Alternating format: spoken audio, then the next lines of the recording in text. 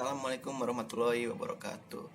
Saya Faiz Fatali dari kelas 11 MM4 akan menjelaskan tentang tantangan Indonesia yang sedang dialami saat ini. Tantangan Indonesia di sini ada banyak sekali. Persaingan ekonomi yang ketat, pembangunan sumber daya manusia, perkembangan ekonomi yang mengikuti zaman, pengangguran dan kemiskinan, dan yang sekarang yang baru-baru ini masih terjadi pandemi COVID-19. Karena itu pekerjaan menjadi terbatas atau bahkan tidak berjalan sama sekali. Karena orang-orang harus mengikuti aturan social distancing dan ya, pokoknya itulah. Perekonomian digitalnya juga membawa persaingan pasar semakin ketat. Berkembangnya e-commerce seolah menjadi keran, maksudnya produk-produk dari negara lain ke Indonesia dengan mudah. Akibatnya produk-produk lokal pun jika tidak berkembang akan terus tergerus oleh produk dari negara lain yang cenderung dijual dengan harga terjangkau.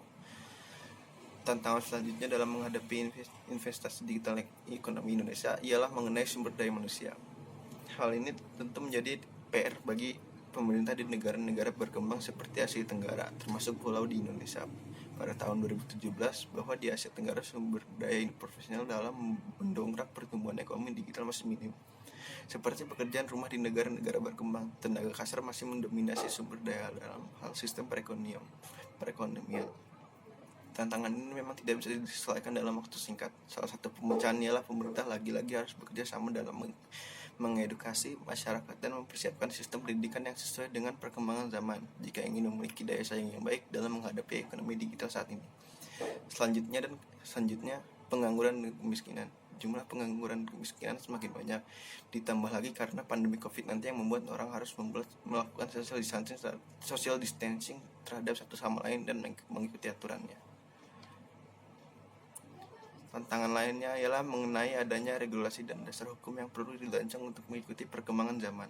Hukum klasik yang menyebutkan bahwa hukum selalu berjalan tertatih-tatih mengejar perkembangan zaman mungkin akan berlaku jika aturan main mengenai digital ekonomi di Indonesia tidak ditangani dengan optimal.